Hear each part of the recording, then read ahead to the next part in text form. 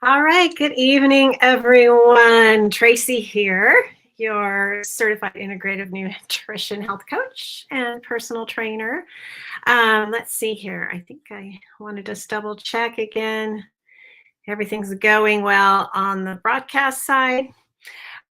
So tonight I had a specific talk planned, and a lot of it is due to right now with the season and just things in life in general. Trying to be calm or finding our calm space can be challenging.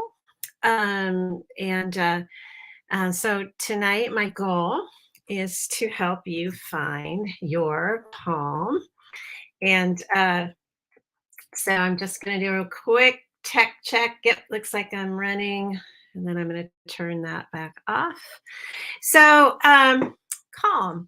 So, again, at the time of this recording, for those watching live, it's the holidays. For those that are watching on a recording or listening to the podcast, yeah, it's December. And here in Seattle, it's snowing. And I know there's a bunch of snow happening all over the country right now. So, but I do record these live and I don't edit. So, sort of like last week, there was some tech things happening on my side, but actually the podcast went just fine on your side of things.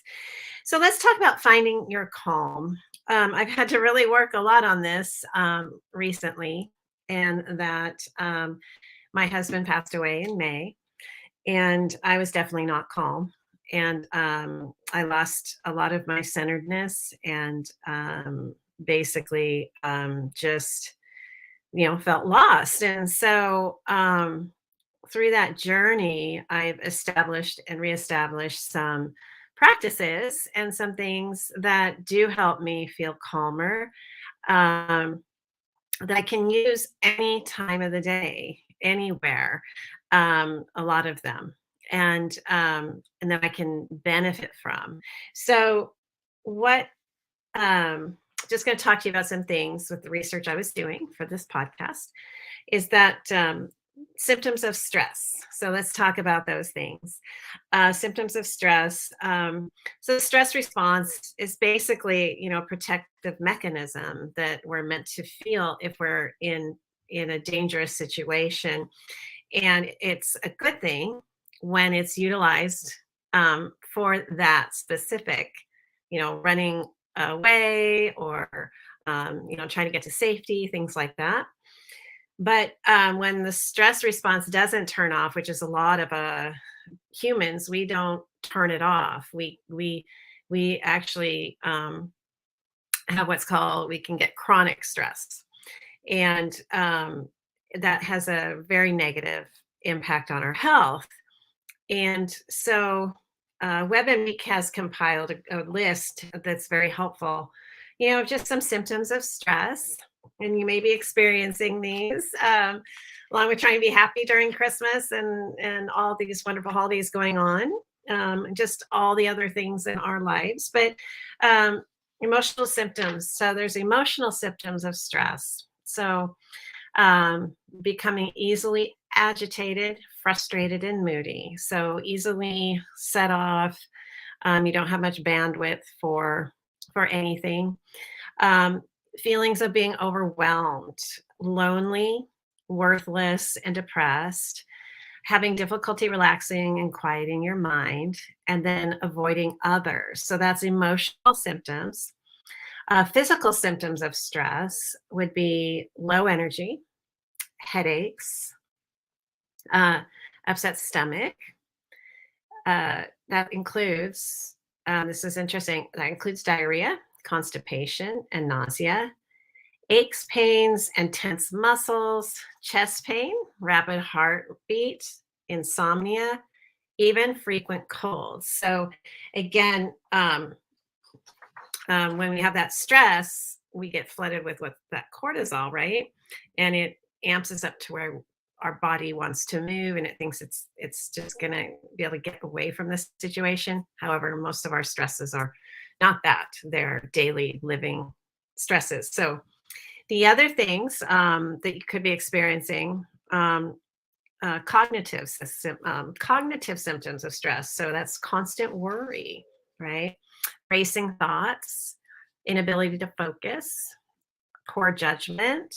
If you're highly, highly stressed, making big decisions, probably not a good thing to do. So poor judgment. So in my case with Dave's passing, it was told I should not make any significantly big changes in my life because I was not capable. Okay. Because I was under a lot of stress, so I could make poor decisions. So the other thing cognitive wise would be being pessimistic or seeing through only the negative side of things. So that's where you just have lost ability to see joy and happiness. So that's it, those are symptoms. And then behavioral symptoms of stress would be change in appetite. So you could either not be eating enough or be stress eating, procrastinating and avoiding responsibilities, just kind of wanting to hide away from your responsibilities, increased use of alcohol, drugs, and cigarettes, trying to, temper the stress, and then exhibiting more nervous behaviors such as nail biting, fidgeting, and pacing around. So I don't know, do any of those sound familiar to you? Because they sound familiar to me for sure. So those are some symptoms. Um, why I wanted to again talk about this topic is there are some pretty um, significant consequences for us to have long-term stress. Okay, so our body's not meant, and our mind's not meant to live in a total stress environment all the time, 24/7.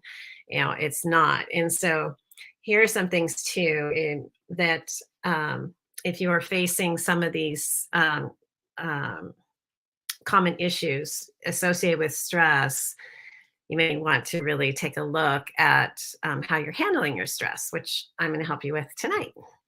So, common issues could be mental health problems, such as depression, the anxiety, and personality disorders, cardiovascular disease, including heart disease, high blood pressure, abnormal heart rhythm, heart attacks and stroke, obesity and other eating disorders, menstrual problems, sexual dysfunction, such as impotence and premature ejaculation for men, and loss of sexual desire for both men and women because the stress is just too high.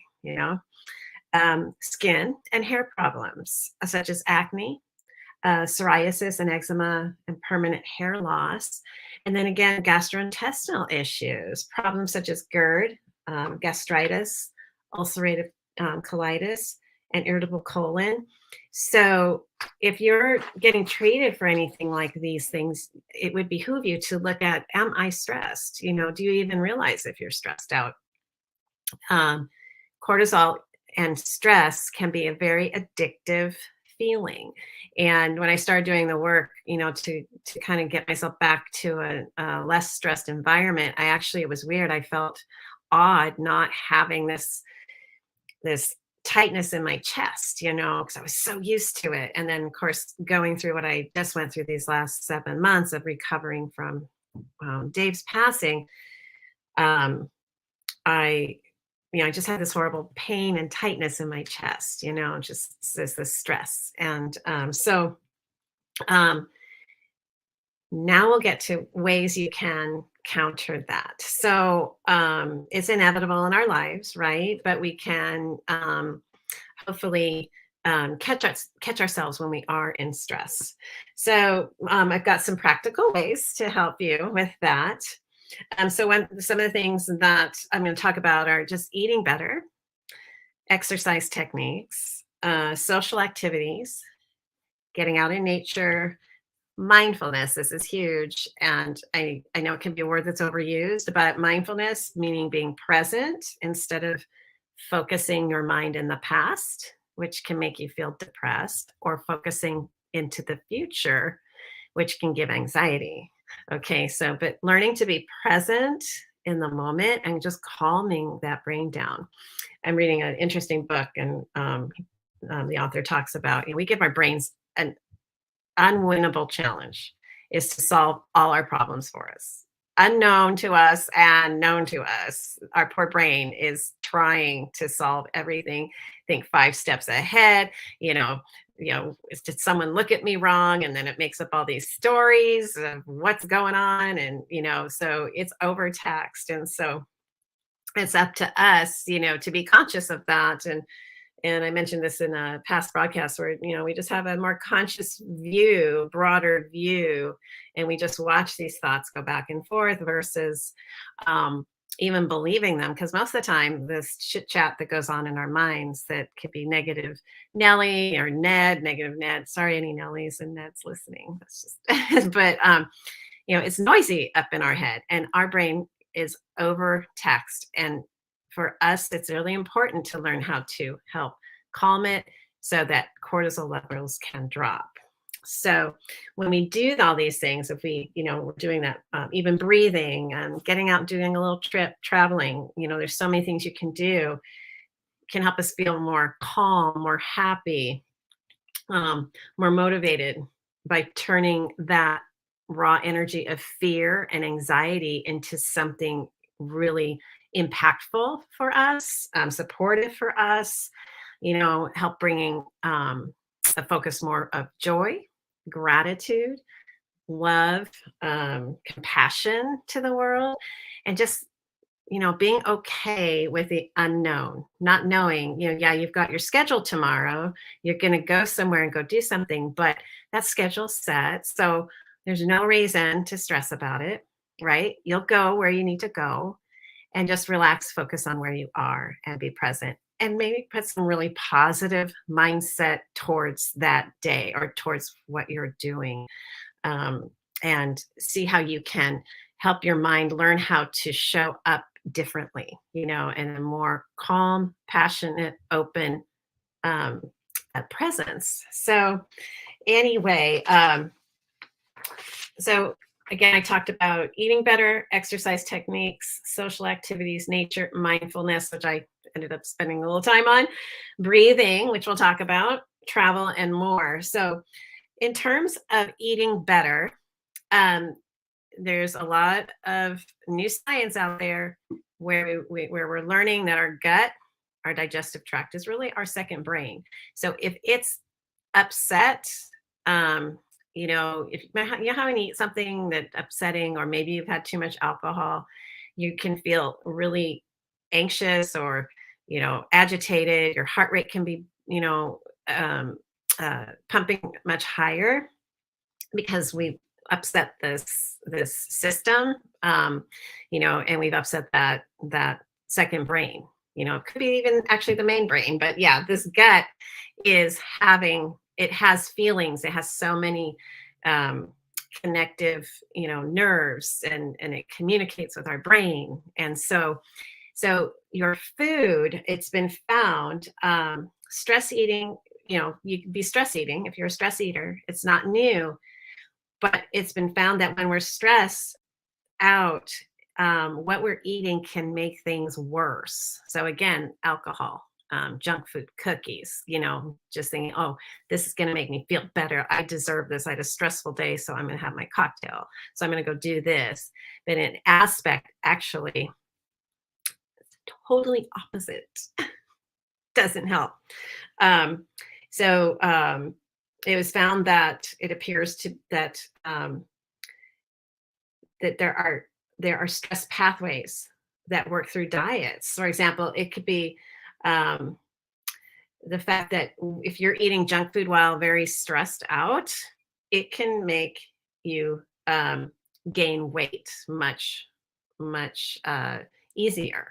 Okay, so there's a doctor, Dr. Kristen Ashbacher, PhD. She found that women are eating are eating similar diets that with varying stress levels respond differently to what they ate. So again, if you're really stressed and you're eating some of this stuff, you're more prone to put on increased fat cells. Okay, so instead of reaching for that high sugar, high fat content junk food, some ideas from me is that you figure what's going to support my body and calm my body, and help my cells do what they are meant to do. And that's really a very nutrient dense, meal, nutrient dense food. So that would be leafy greens. Um, that's um, Leafy greens are rich in folate, and so that aids the body's production of mood regulating neurotransmitters. So we want these good we want these neurotransmitters that are sending good signals. And then also there's fermented foods, which you've probably heard of. And so you have to realize what your body can tolerate here, because some is kefir, kombucha, sauerkraut, those types of things that are considered healthy for our second brain to feed our gut, really good uh, food, so that all the good friends are in there, right? Hi, Jamie. Yeah. Yes. Love you, sweetie. um, so fermented foods.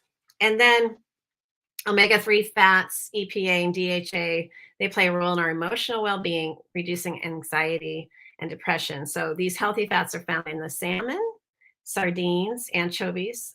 Avocados provide really good fats, um, as well as essential health boosting nutrients, including your potassium, your vitamin E, B vitamins, and folate. And then one of my favorites, and I have this every day in my smoothie. I go to Costco and I get the frozen blueberries, and they go in my smoothie every day.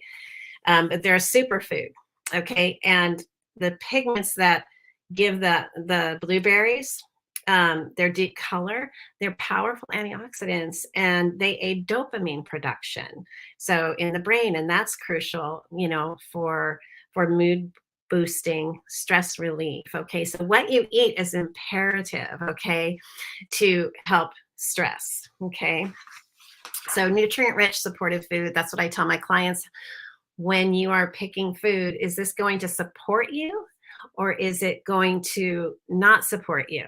So I don't want to use the words bad and good, but what's going to support you? So definitely not alcohol.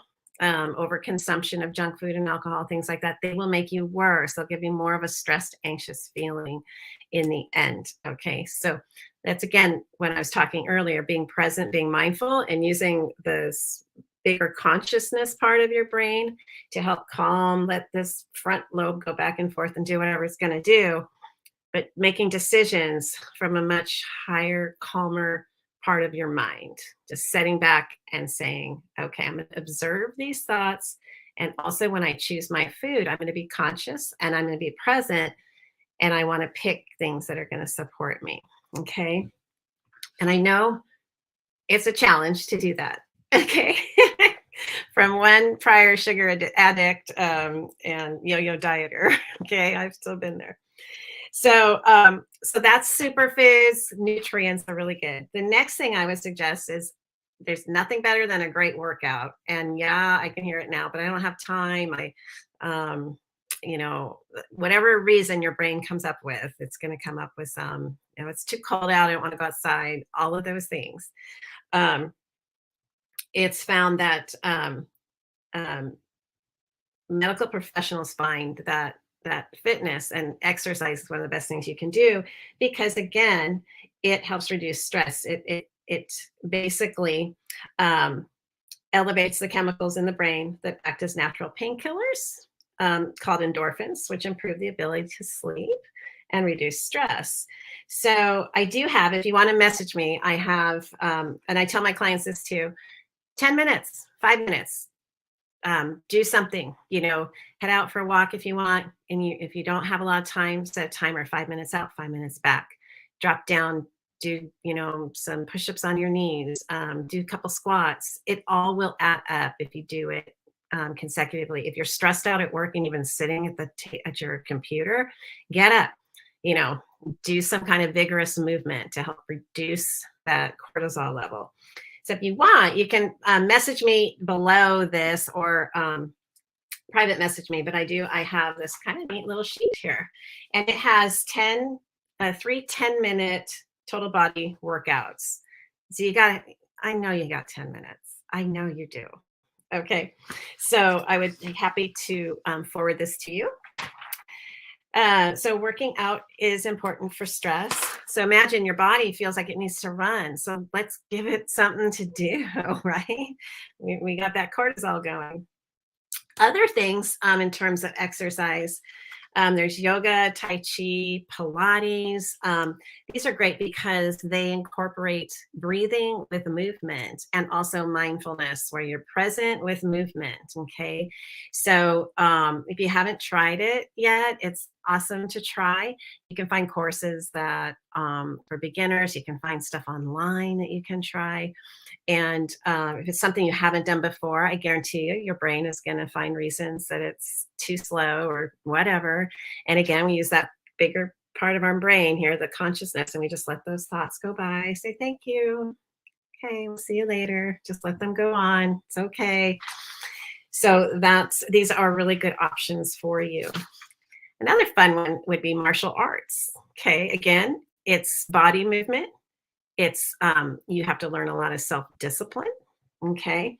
And you have rapid movements, things like that. So if you want something a bit more, quicker body movement, things like that, and you really want to get out some anger on a kickboxing. Oh my gosh, I can't even think of the word. A bag, yeah. Um, One of those big bags. It's perfect. But again, it helps you also train your brain to be present. So already stuff I'm talking about is all being present, okay? Another great way to exercise is team sports. So you're not only doing something active, but you have a social experience. And as part of my integrative nutrition health coaching, social life, joy, physical fitness, that's all part of what we talk about, that I talk about with my clients. So and it's a great way. So that'd be tennis, you could do golf, frisbee golf, volleyball, kickball, softball. There's so many things. Or even just going for a walk with some people and committing to that and getting that exercise in, getting those relationships fostered, and all of those things. So definitely that. Um, Another one is getting outside. That's helped me so much, just to get outside. And even with the snow, it's a little cold out, but I always feel better getting outside. So in the summer, it's easier, but being with nature is very beneficial to do. So and I would challenge you while you're doing that is just turn your phone off, for a little while. Give your mind a break where it doesn't have to be plugged in, and be present with where you are, what you're seeing. Look at the colors. What's the sky look like? What are people doing? And just be really happy to be in the present moment. It's funny, just imagining that. I just felt my little bit of my tension leave.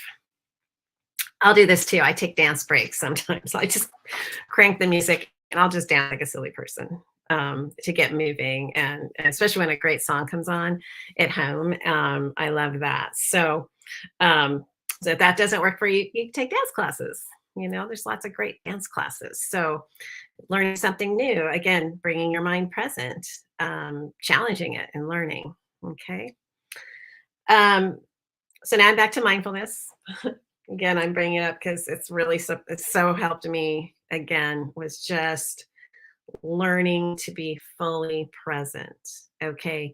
And not feeling like I got to focus into tomorrow and outthink tomorrow, and knowing I don't have to keep looking back, because that also takes me out of the present moment.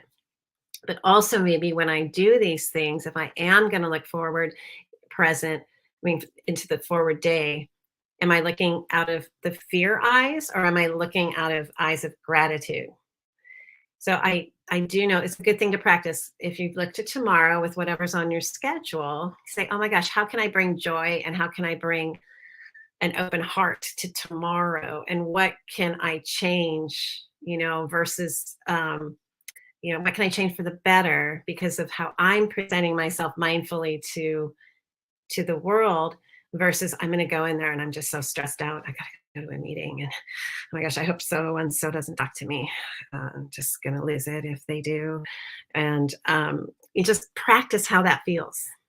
Be mindful of what's going on in our mind, mindful thought process, and again, looking forward with gratitude, open heart, um, all those things. Okay. And it really helps. It really does. Because I tell you, there's days under my circumstances, I didn't want to go anywhere and I didn't want to talk to anybody.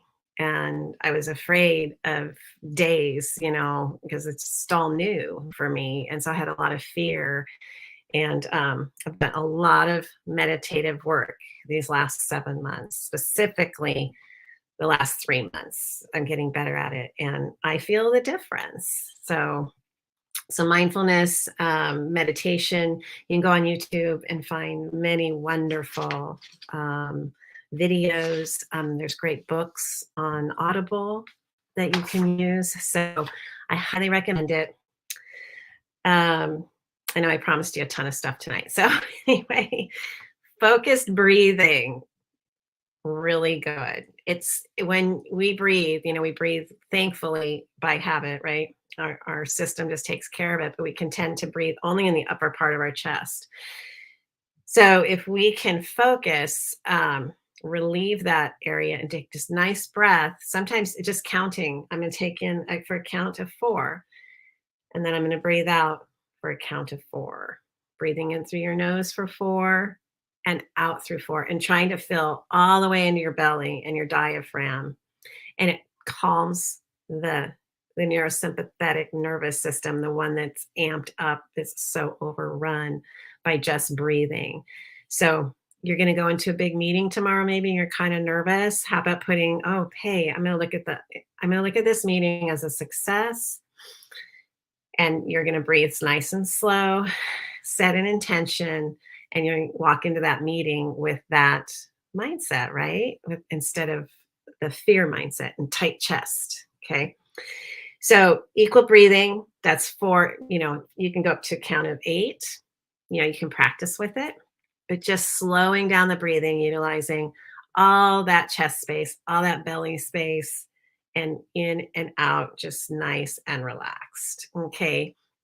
So that's a really good one to start with. Just equal breathing, do it before bed, maybe set an intention for tomorrow, or even an intention of, hey, I'm going to sleep really well, and just let your mind calm down. Do a few minutes, 5 minutes of breathing with close your eyes and let the thoughts just go by and just focus on your breathing. And that should bring stress down and help you feel calmer. Another fun thing is progressive relaxation. That's going to be when you are going to focus on a part of your body. So you're going to breathe in and maybe we'll clench fists. So you're going to breathe in, really squeeze those fists while you hold your breath. And then you relieve them all at the same time. And then you might bring those shoulders up, hold your breath, and then release them. So you're going to pick parts of your body, your glutes. That's good because a lot of people can't find their glutes. Clients, you know what I'm saying. You don't know where they are. I tell you to activate them. You don't know where they are. So squeeze those glutes, hold that breath, and just release them. Okay. So that's a great technique. Let's see, traveling. Just get you out of your environment for a while. And maybe while you're there, practice that mindfulness, practice being present. Don't worry about what's going to happen when you go home because it's not going to do you any good. And half the time when we stress about that, none of that happens. Our brain makes up all these stories that don't even come true. In the meantime, we've wasted precious moments of our life worrying about something that never even would have happened. Okay. So travel, be present, be there, practice mindfulness, and just enjoy it. Enjoy where you are. And let me see, what else? Volunteering is a good thing. I like doing that. I haven't for a little while, but I was volunteering. I tend to get back to it, but at the Hope Link food bank, stocking shelves. And actually, I was volunteering at the Marymore garden plot, so driving produce from the garden to Hopelink, and just that time to feel like you're doing something for your community. So it could be, picking up trash in the park. Just grab one of those clippy things or whatever, and some rubber gloves, and help pick up trash. Help out an animal shelter. Something that you feel helps you feel like you're giving to the community, and it gets you out again from focusing on yourself, but and letting that brain release that need to solve every problem you have, which it shouldn't have to do that.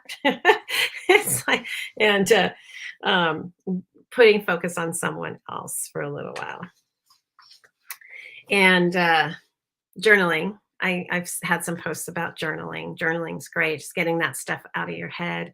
Sometimes, you know, um, chatting with a friend, but also making sure when you talk to a friend about your challenges, it's not just a habit to go and complain, but a habit to go and, see if you can get some other insights. Okay. So it's not, uh, and then also sometimes too, it'd be behoove you to go if you need to just find a counselor, someone to chat with, to get that stuff off your chest.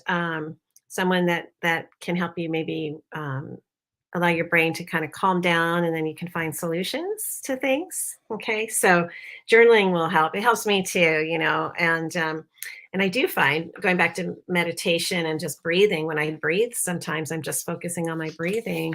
All of a sudden, a great idea shows up. It just comes right across my brain. I never would have thought of it. And I'm like, oh my gosh, I would have gotten that solution. I would not have received it if I kept myself in stress mode for my higher consciousness to say, oh, do this. That's going to solve the issue.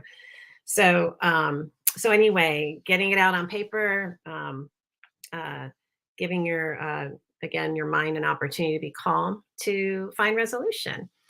And let's see. I think, oh my goodness. Yeah, I didn't want to make this long. I wanted to make sure it was quick. But there's more things. Laughter is the best medicine. If you're stressed, great comedy. Laughing is great. Coloring, the adult coloring books are great for some people. Doodling, a big hug is always so good. Oh my gosh, watch cute animals on YouTube and Instagram. Could be a really good thing. I love doing that. It makes me laugh. Call an old friend. And like I said, stop and smell the roses. If you're out walking and you see a rose, go smell it. Take a moment and appreciate that. So taking baths, counting to 10. If something really pops up and you're feeling like you have to burst back and you might say something that you'll regret later, counting to 10, letting someone know I just need a little moment to regroup. Do that nice breathing, get your stress level back down, because again, when we're in high duress, high stress, we don't make good choices, and sometimes we say things that maybe we wish we hadn't. um, so find things that you like to do, and then allow yourself the opportunity to do them, because sometimes our brain won't think we're allowed. Got too much to do. You don't have time to go take a warm bath. You have time to go play, cards with friends. What are you thinking? A massage? Really? No, we don't have time. It'll always find a reason. But in that process, I think we really miss out on our life here, by constantly listening to the stressful thoughts, constantly having that tension up in our chest, and so, yeah, give yourself permission to take care of yourself. Give yourself permission to be calm. And I'll tell you, it'll feel kind of weird again if you've been chronically stressed out with anxiety or even some depression. Once that is gone, it's funny for me because it used to be such a habit. I didn't know. It felt really odd. And I think I write about it in my book, Your Personal Journey with Food, about stress. It feels empty. Like there's there's something missing. Like, and then my mind's like, I gotta find something else to freak out about, right? I'm like, no, we don't. We're not supposed to be stressed out. So anyway, I do have a couple fun things that if you'd like them, go ahead and message me or put it in the comments. But I do have the fun little 10-minute total body workout things that you can have. It's 10 minutes. And you can modify these exercises depending on, if you have an injury or if you need help with a modification, you just let me know, but I can shoot that out to you. And then I have this really great recipe for stress relief salad. Okay. So um, it's got avocados and broccoli in it, some coriander, and a really awesome salad dressing, but very simple, but very nutritious, very supportive for your brain and your body. Again, nutrient dense food. So if you guys, anybody wants one of those, message me. I'll shoot them over to you. And yeah, if you have any questions, feel free to private message me as well. But I'm here to help. Okay. I'm your health coach. So if you're looking for somebody to help you out as the new year comes up in 2023, reach out and I can fill you in on the program that I've got. And also keep an eye out. I know I've optioned this various different ways. I've tried it as a 7-day, I've tried it as a 7-week, but after running it a few times, we're going to do a 30-day junk food sugar debunk challenge in January. So if that's something that interests you, it'll be fun. Don't worry, it'll be fun. You're going to learn a lot. So if you're interested in that, just message me as well. Okay, everyone, have a wonderful Christmas and happy Hanukkah to those celebrating that, and all the other amazing, celebrations that are going on right now. And I wish you very, very Merry Christmas. And I'll be back next week with something else for you. Okay, take care, everybody, and lots of love. And again, find your calm. It's going to be okay. All right. Love you all. Bye bye.